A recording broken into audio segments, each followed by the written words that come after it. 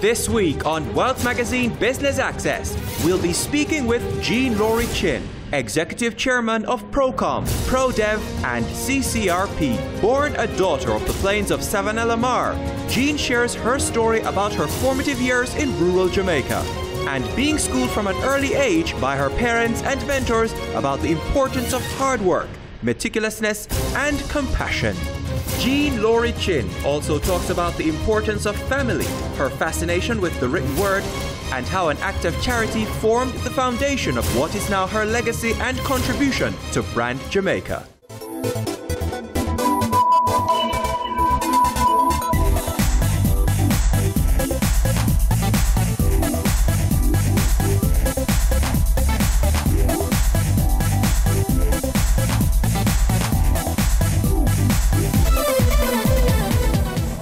My name is Jean Lowrie-Chin. I'm the Executive Chairman of Procom, ProDev, and CCRP.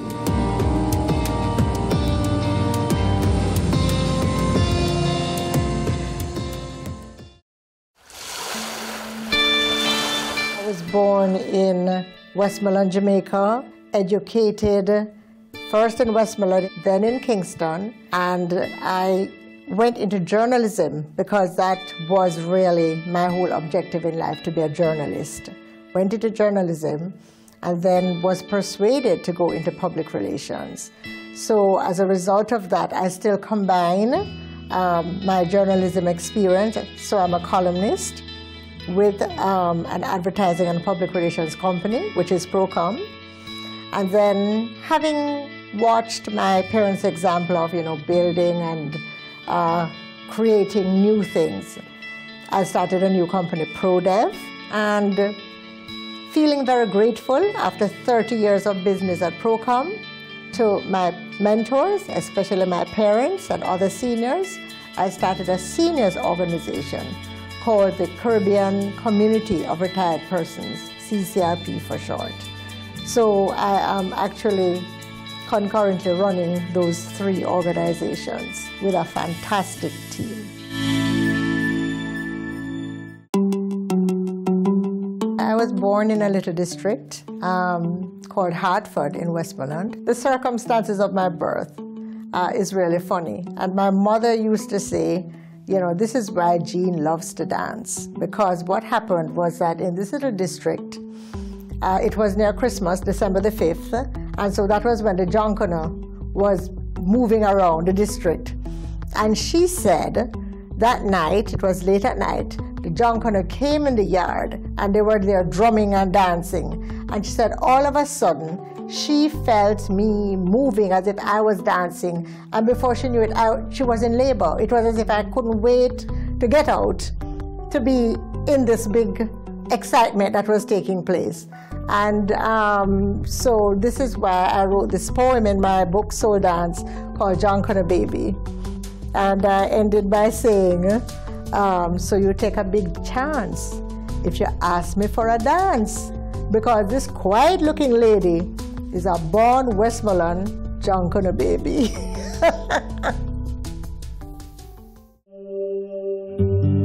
My parents were very humble people, shopkeepers.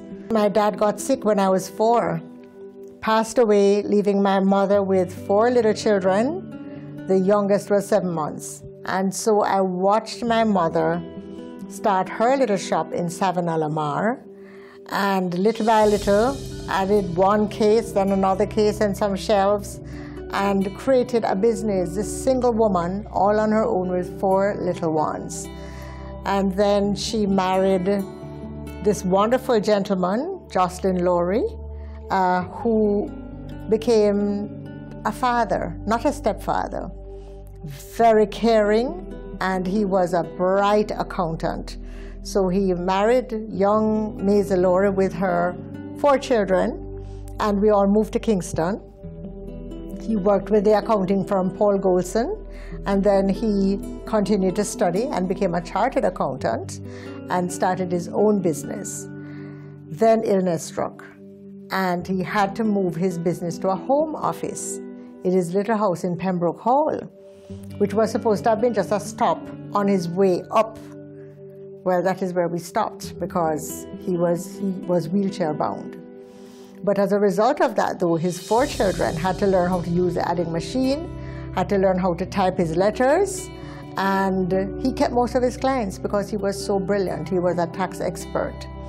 And so again, that was another lesson in life, that whatever life gives you, you need to make the most of it.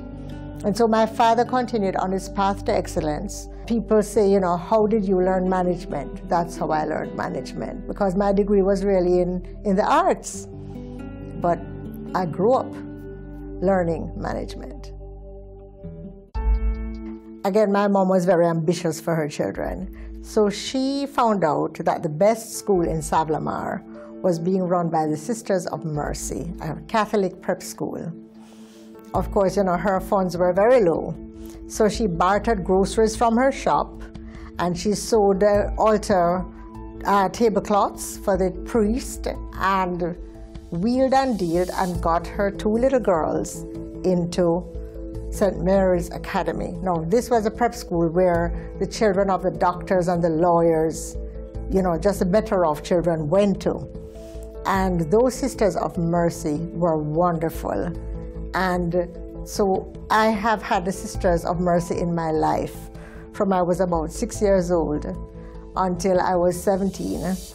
And then Sister Mary Bernadette Little, who was our principal at Alpha, was such a strong leader that she also made a huge impression on me. And it was because of her, I think, and because of this other nun who mentored me in prep school, that I wanted to really enter the convent. I applied when I was in 5th form to enter the convent. But at that time, there were a lot of people leaving the convent, young women. And so I was advised to work for a year before I entered. And while I was in 6th form, I met Lowrie-Chin, my husband. So I became engaged and married him. But I always remained very close to the Sisters of Mercy, because as a student, I used to do retreats. I used to be very close to them. And so just last year, I was invited to become an associate of the Sisters of Mercy, where you do have to make a commitment. And so I made my commitment last year, October, which is, it means that you must be committed to the charisms of mercy. It is a promise that you look on people and situations with compassion, with understanding, with mercy. And so it tells you, stop, don't judge.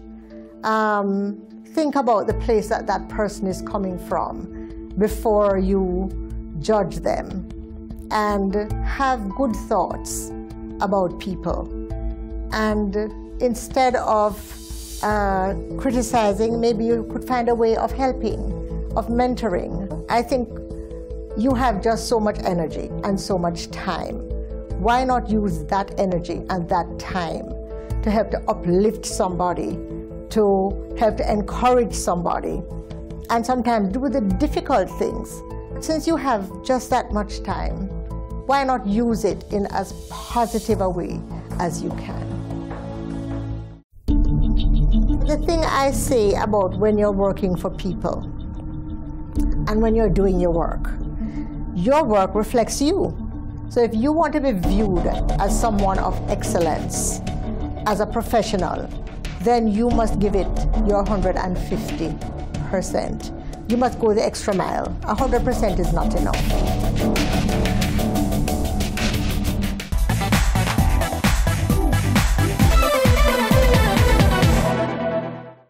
So my first job was at Chinese Travel Service, and it was so exciting. I had a wonderful mentor, our manager. She was Sonia Phillips. She's now Sonia Sage. And so we were going on these what you call fam tours, where you get free trips, you get discounts. Oh, I enjoyed it so much. And I remember one day, I think at about 9 months after I was working with her, she said to me, listen, you need to go to university. And I said, but I can't afford to go to university. She says, and I said, it's too late to apply anyway. She says, I know somebody up there. I'm going to send you up there. Of course, I wasn't very willing. She sent me up there. The lady said I was late, so I felt very relieved because I didn't want to give up my farm trips. And so I filled out the form and everything. Lo and behold, I was accepted. Do you know that I was in tears at Chinese, and she was there saying, "You don't have any ambition, you were accepted, you're going." I said, "How am I going to manage?" And she said, "Okay, I will hire you back for every break you have, whether it's summer, Christmas, Easter, so you can still earn." So I was able to earn my way through university. It was a new day, precious day, when my Chinaman jumped to the rhythm of jazz with a 1-foot shuffle and an eye to the sky, and them locks sending that just a shake and a fly. I was always in love with the written word. I started writing poetry from I was very young. But to have professors like Professor Edward Baugh, Professor Maureen Warner Lewis, and Mervyn Morris, it was just so inspiring, and I decided I wanted to be a journalist. So just the year I graduated, which was 73, that was the year that Carl Hendrickson's Continental Company started a newspaper called the Daily News. And I decided I wanted to join this fresh new paper. They didn't advertise, they didn't have any vacancies, so I just arrived and said I needed to see the editor. So they said, "But the editor is busy." So I said, "I just need 1 minute of his time. I just need a job, I have this passion." And they said, "Well, we're sorry, he doesn't have any time and we don't have any vacancy." So I said, "I'll wait because I just need 1 minute." So I sat there and the secretary kept passing me until she just got totally fed up. And she said, "Okay." This was about 2 hours after, "Come, Mr. Prout," his name was J.C. Prout, "we'll see you." He says, "Young lady, 1 minute." And I talk so fast. "Mr. Prout, I want to be a writer. I promise you I'll work hard, however many hours a day, whatever.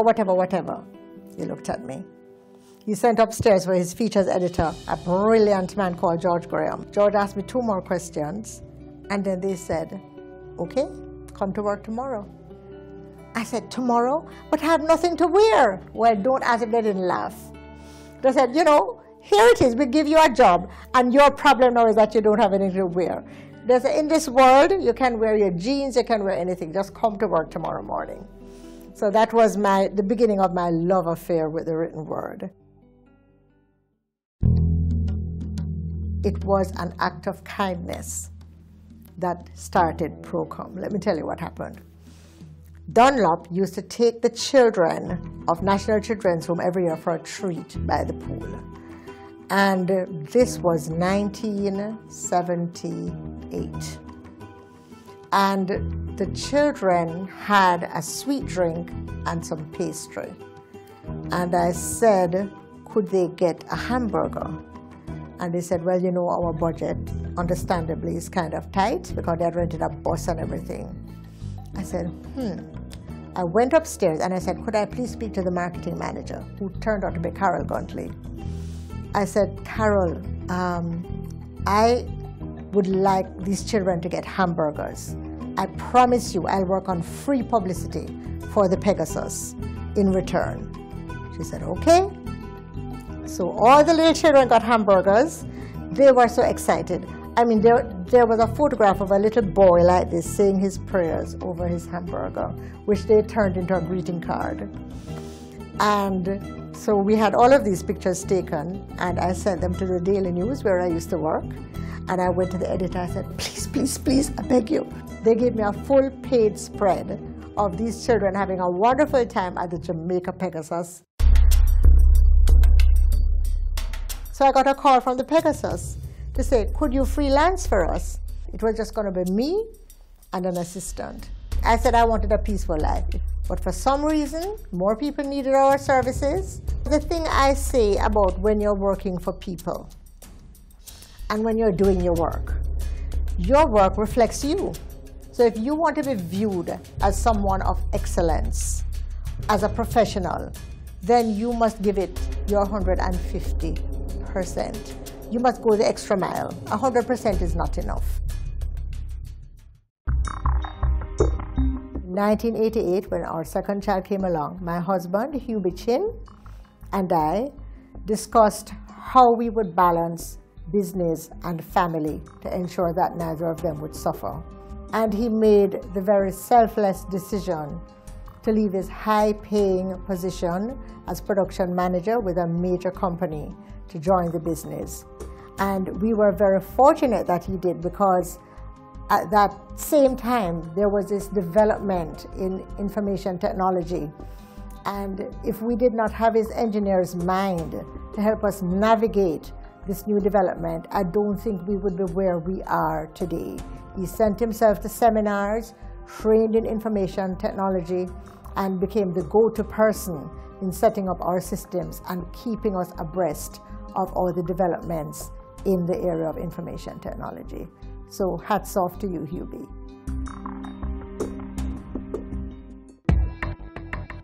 This year, Procom is actually 39 years old. Just about 3 years ago, we decided to do a development at Kingsway. We started another company, so Procom begat ProDev. Now, CCRP is a non-profit and a charitable organization. I started that company after the 30th anniversary of Procom. I looked back and I said, what should I do to give back after this 30 years of success? We were successful. And I thought back to my mother, primarily, who had continued to serve on our board until she was 85, and said, you know, let me have an organization that can show the true respect that we should have for seniors, to empower them. And so we started the Caribbean Community of Retired Persons. And that was 7 years ago, so we're into our 7th year now. We ran it out of Procom. We continue to run it out of Procom. It's costly, but I think we are getting to the point now where we're becoming more sustainable, because now we have over 1,000 members, and also because of the initiative of one of our board directors, Mike Fraser. 3 years ago, we got the Sagicor major medical health insurance for seniors. And remember, once you get to 60, you get kicked off health insurance now.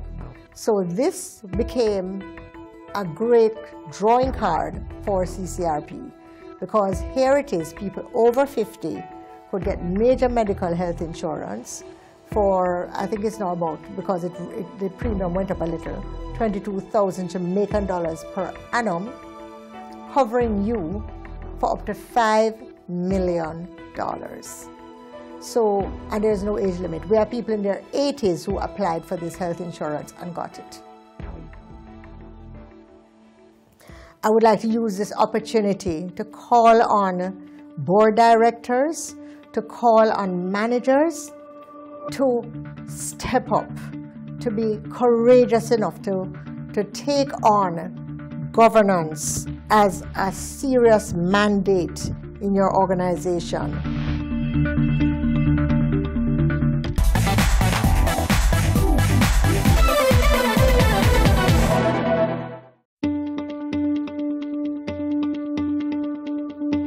Call it the conspiracy of mediocrity.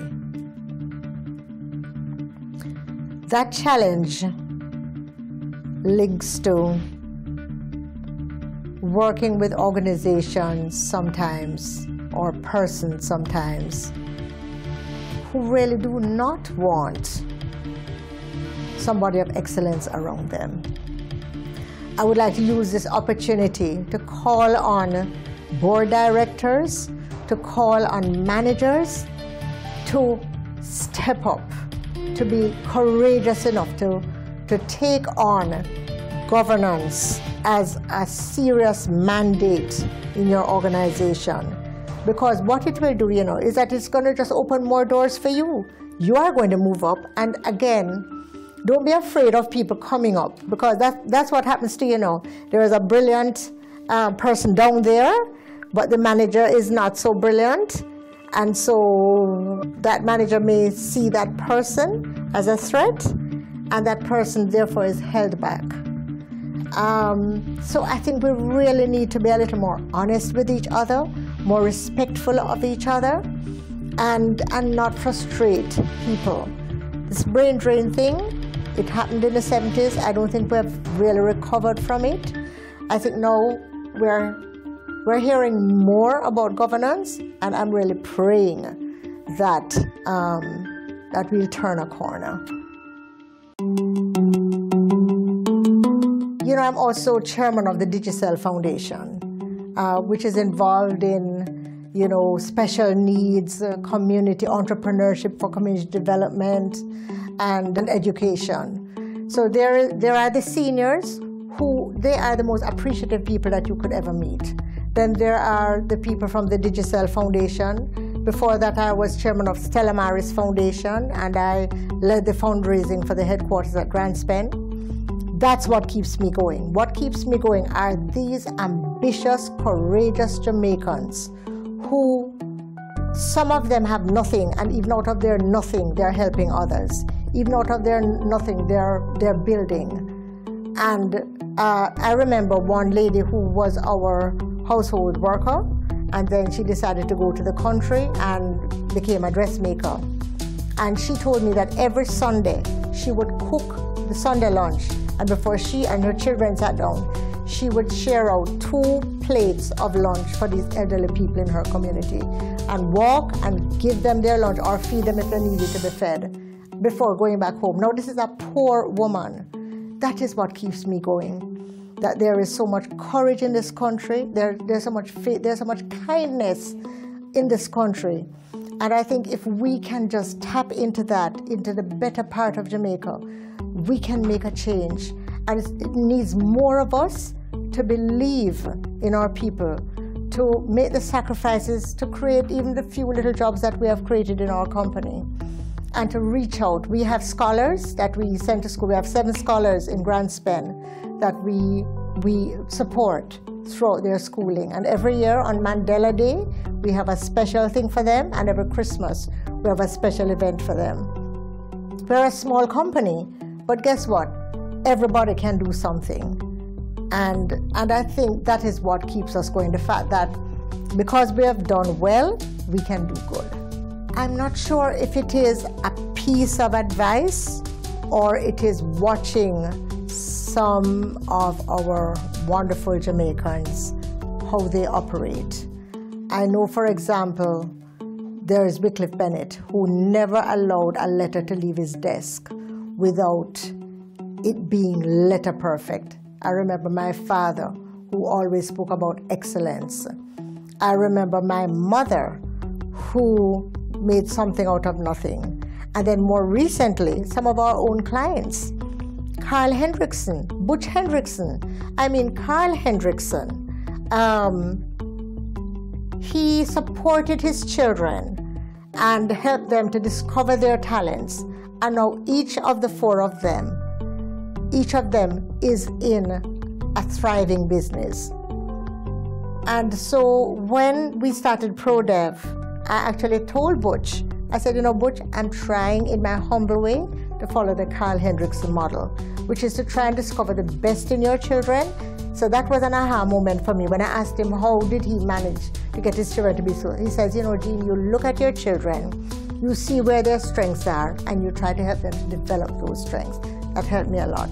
Another thing that helped me a lot was to see Dennis O'Brien, the chairman of Digicel, just come into Jamaica. And even when people were telling him that Jamaica was not the best place, some Jamaicans were telling him, and he decided to come here. And I said, but if this gentleman from Ireland can come to Jamaica and develop his business here and celebrate the caliber of Jamaican people and then go and build this huge regional headquarters downtown, then why are we napping? And then, of course, there's Butch Hendrickson, Butch is kindness personified. As he works, so he gives. As he produces, so he gives. He's passionate about education. He puts his money where his mouth is. So I would say it's not really verbal advice, but it's just watching how people give back, watching how people have the courage to make that step. And you say, well, if they can do it, then we must try to do it too. But when I hear people saying, oh, I can't have children, I said, no, you can. You can, because our children came home when they were 6 weeks. So we did everything, you know, the midnight feeds and the first step and the first tooth, and they are our children. We just could not love them anymore. And we're so proud of them, you know, because now Anita, my daughter, is running that cafe. Our son is the property manager for the units that we own in that building and some other investments that we have. And they are hardworking young people. They both, you know, my son went to Humber, where he did hospitality management, worked at Sandals for a while, and then we said, no, we need your personality in our business. So we're all working, it's a family business.